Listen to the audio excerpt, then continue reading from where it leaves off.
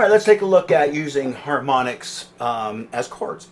And so we're using natural harmonics, and when you do a natural harmonic, you have to barely lay your hand on top of the strings. You're not pressing down and touching the fret or the wood of the guitar. You're just barely laying it on top. And the easiest harmonics to hit are at the 5th fret, 7th fret, and 12th fret. Okay, so we're going to be looking at the 5th and 7th fret area. I'm going to do one up here as well.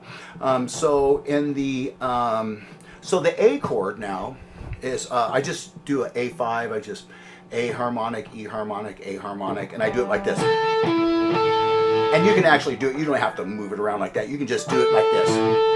And so what I'm doing is I play the first A on my 5th fret on string 5, and then I go to 5th fret string 7, and then I go to 7th fret string 4.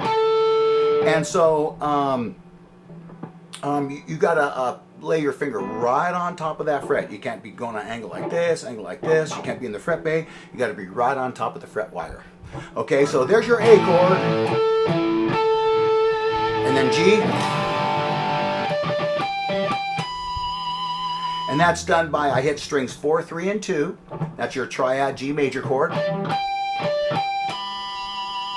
And then I do the D chord, the same 3 strings, 4, 3, and 2 at the 7th fret. So once again,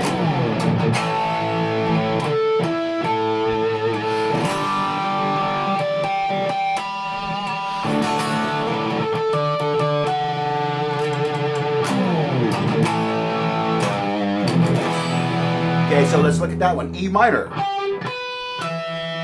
Okay, so that's really a cool one. Now the good thing about this is you can actually hit an E7, an E minor 7, by adding the 4 string. That would create an E minor 7 chord. So if you went and just like an E5 chord kind of thing here and then went,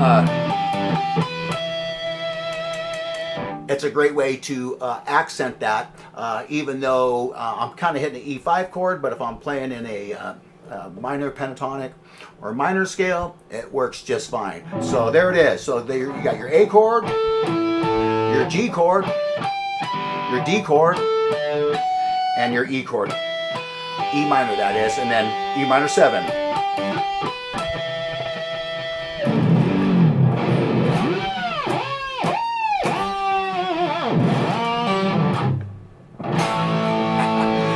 Subscribe.